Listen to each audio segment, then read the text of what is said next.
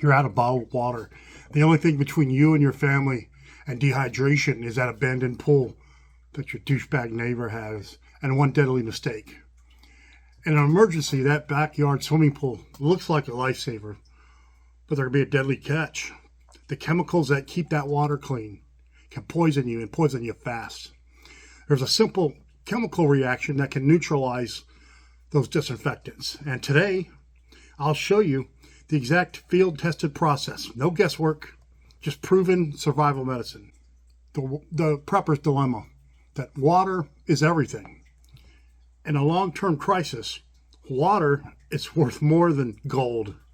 The rule of thumb is 1 gallon per person per day at a minimum. So that bottled water you stored, well, it'll disappear fast. And when it does, desperate search for a new source begins. The advanced prepper recces or recons the area before a disaster. That could mean using a drone to get a bird's eye view of the neighborhood, looking discreetly, mapping out every backyard pool within a workable radius. An average backyard pool holds between 10,000 and 30,000 gallons of water. It's a lot of water, a game-changing amount.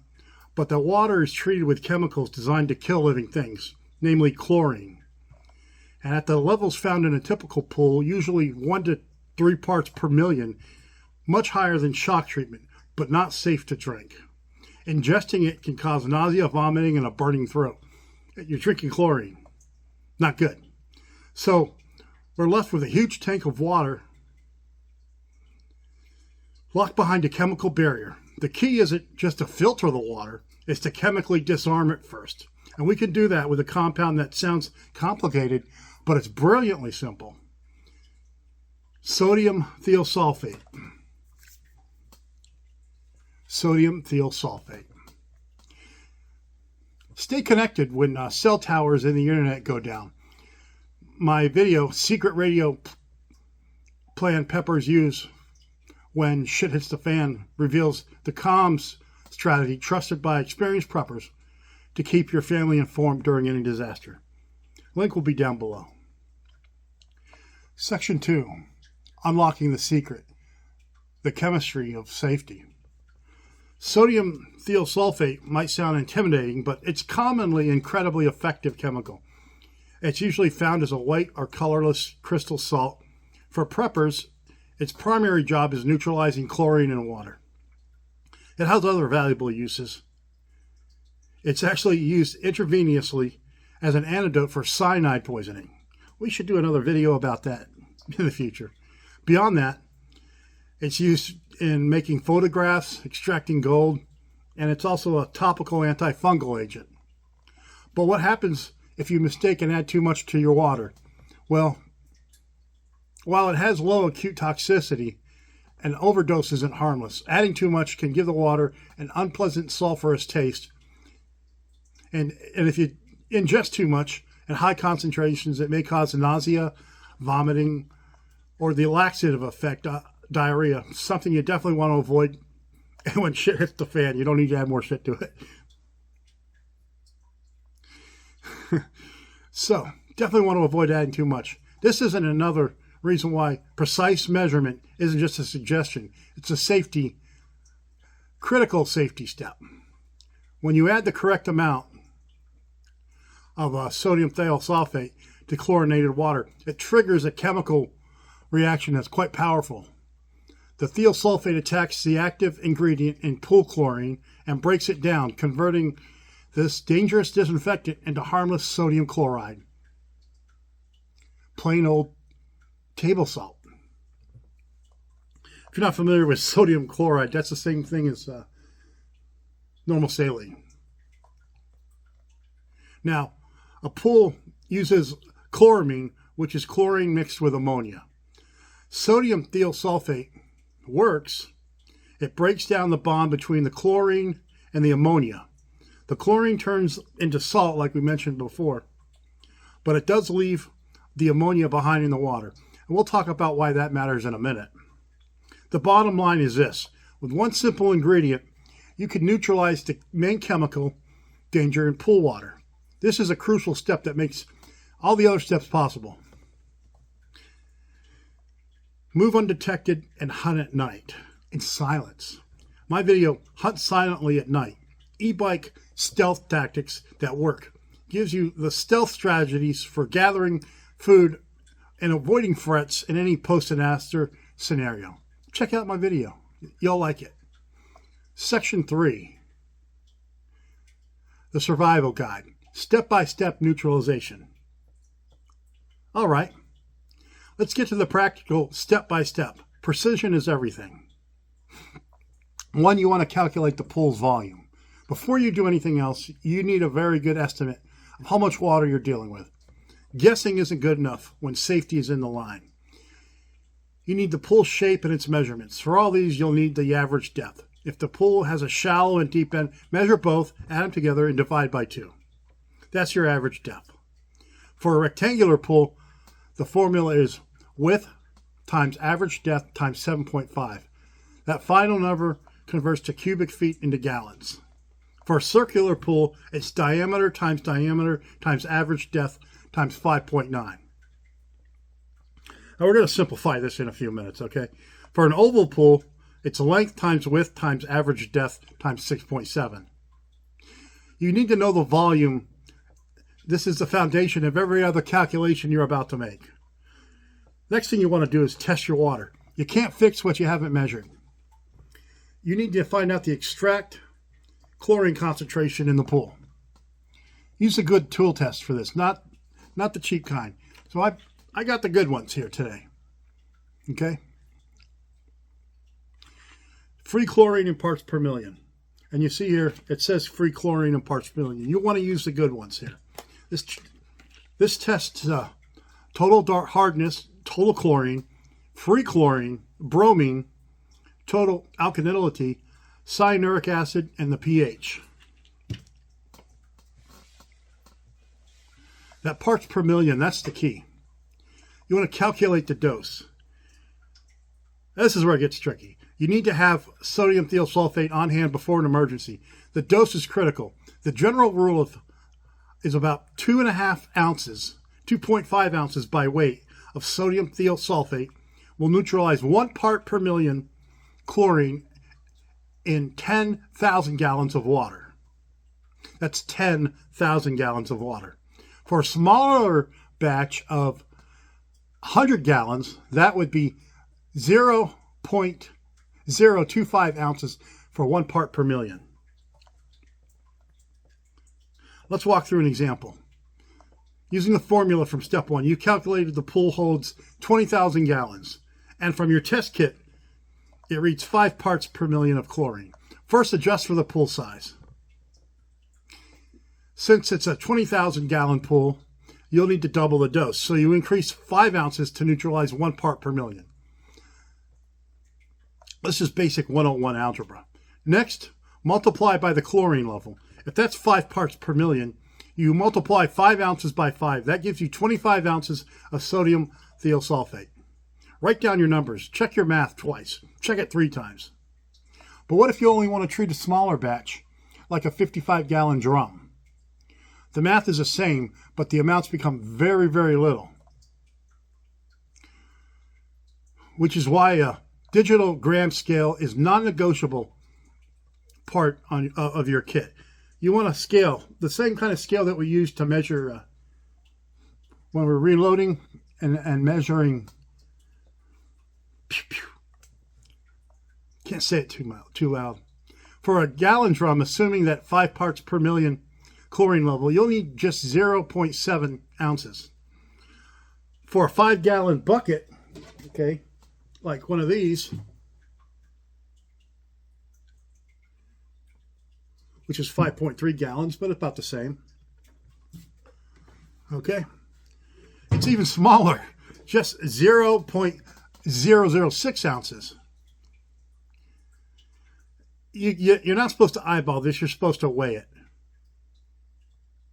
Precision is your only guarantee of safety. Step 4, you want to apply the neutralizer. It's time to add the chemical. First, dissolve your measured amount of sodium thiosulfate in a clean bucket of pool water, stirring it until it's completely gone. If you're treating the whole pool, walk around the edge and pour the solution in evenly. If you're treating a smaller container, just pour the solution and stir thoroughly. Wait and retest. Okay, we're waiting. But not instantly. For a whole pool, wait at least a few hours. For a bucket or a drum, wait 30 minutes to be safe. Then retest the water. Your goal is for the chlorine reading of 0.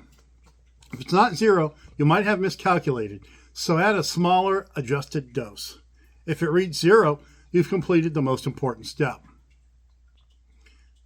This is Suburban Prepper. I offer combat-tested emergency preparedness for suburban families. I'm a Desert Storm and Afghanistan combat veteran, having served with the 160th Special Operations Aviation Regiment as a paratrooper and flight medic, and with the 76th Infantry, Indiana Army National Guard. 20 years of combined active duty and National Guard service. I participated in real-world combat operations, Desert Storm in Afghanistan, and military missions across Asia, South America, Central America, and throughout the United States. I'm a board-certified family nurse practitioner with broad experience in primary care and urgent care. And I'm a graduate of George Washington University's Complementary and Alternative Medicine Fellowship. I like to think I like to bridge my military medical experience with my civilian healthcare and my prepping skills. Some of my military awards and my training includes the Combat Medical Badge, second award. You can see right there, that's a copy of my book. Expert Field Medical Badge, Air Medal, Basic Jump Wings. Of course, I was on jump status. I never went to Jump Master School. Flight Medic School, so I have enlisted Flight Medic Wings, and I graduated from High Risk SEER School at Fort Bragg, Camp McCall, Camp Rowe, whatever you want to call it, back in the old days. High Risk Survival, Evasion, Resistance, Escape Training, SEER. Section 4, the critical warning. Chlorine is only part of the puzzle. Stop and listen carefully. This is where people get it wrong, and it can be a fatal mistake. Neutralizing the chlorine does not mean that the water is safe to drink. Let me repeat that over. Just because the chlorine is gone, the water is not yet potable. A pool is a soup of contaminants: algae, bacteria, viruses, sweat, dead skin, sunscreen. And remember the ammonia release in that chloramine? Well, now it's in there too. All you've done with the sodium thiosulfate is to turn it into a chemically hazardous water source into a biologically hazardous one. You've turned the swimming pool into a wild pond. You would never drink directly from a wild pond, would you? And this is no different. The next steps are not optional. They are absolutely essential.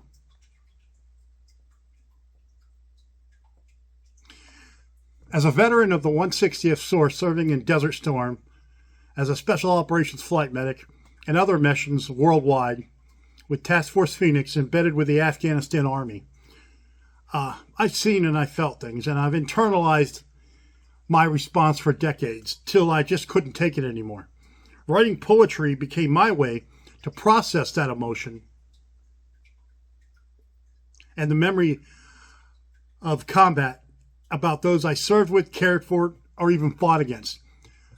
Combat medic poetry is more than just poems. It's the journey through trauma, brotherhood, loss, and search of meaning for battle. Every verse is a tribute to the lives intertwined on the battlefield. If you're a veteran, a family member, or someone who believes in the power of honest storytelling, I hope these words can bring you understanding and connection. Combat Medic Poetry is an audiobook that I wrote. Poems I had to get out of my system. I had to write them to save my soul. And I did. Check it out on Audible. Section 5, the final steps to potable water. You've zapped the chlorine. Now you treat this water like any other raw water source. First, how do you get that water from the pool to secure location?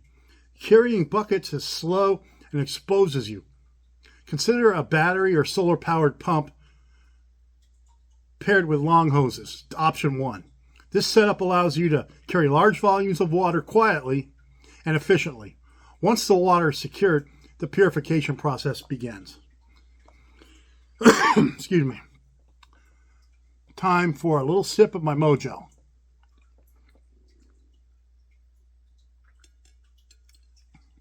First, you want to get the chunks out. Filter the water to remove the sediment and larger microbes. You can start by using a clean t-shirt or coffee filter, but for real safety, you want a high-quality water filter. A platypus gravity filter system, for example, is ready to remove bacteria and protozoa. This step is non-negotiable. Grab my platypus here. So this is my portable water source. And I keep my platypus in my portable water source, my bug out water source.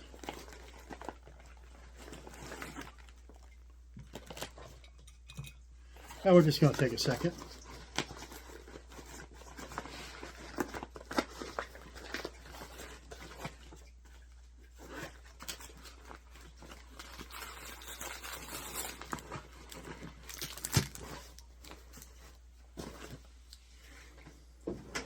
So, let's just show the platypus off a little bit, okay?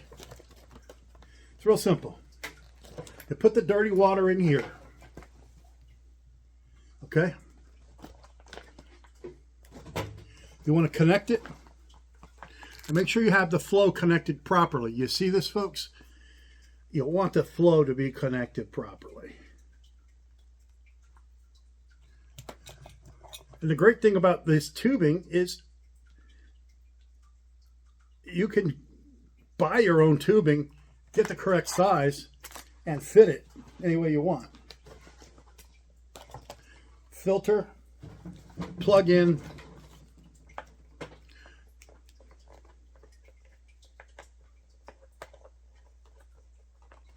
You pour the dirty water in here, you filter it, you turn it on, you let the good water go in there. Let this fill up and put it in a clean water source. Cut and dry. Pretty simple. Well, it's not dry. One thing that I've been experimenting with is these soluble membrane, the ones that you can drink out of like a straw. It's something I'm playing with. I have this as a backup in my bug out water source. Step 2, the final disinfection.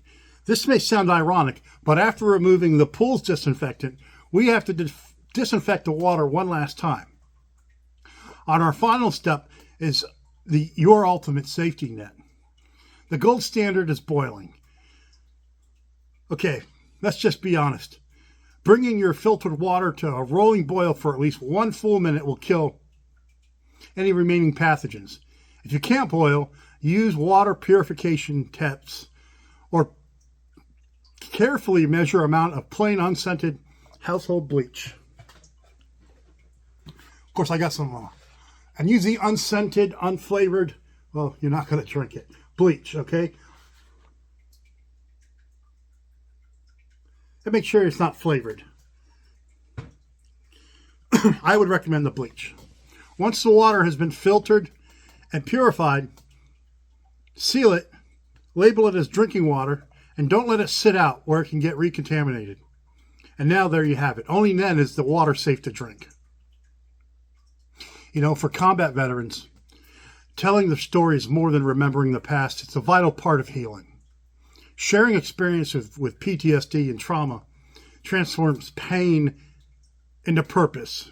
The pain never goes away, folks. Breaks the silence and helps others realize they're not alone. Storytelling lets veterans process complex emotions, regain control of their narrative, build connections, and support recovery. Every voice raised is a step toward home, resilience, a healthier tomorrow for the entire veteran community that I belong to. Discover the raw, unfiltered reality of battlefield medicine through PTSD in my audiobook, My Journey as a Combat Medic. This is one of my old hard copies, not available anymore, but it's still available in audiobook. As a former 160th medic, one of the original ones, I reveal the untold stories of saving lives in the chaos of combat and finding a path to heal after the battle ends. My memoir is for anyone who seeks inspiration, understanding, and the courage to face their own struggles. So let's just put it together. An abandoned swimming pool can be a huge survival asset if you know how to unlock it. It's a 3-step mission. 1, you want to neutralize the enemy. Sodium thiosulfate to disarm the chlorine. 2, filter.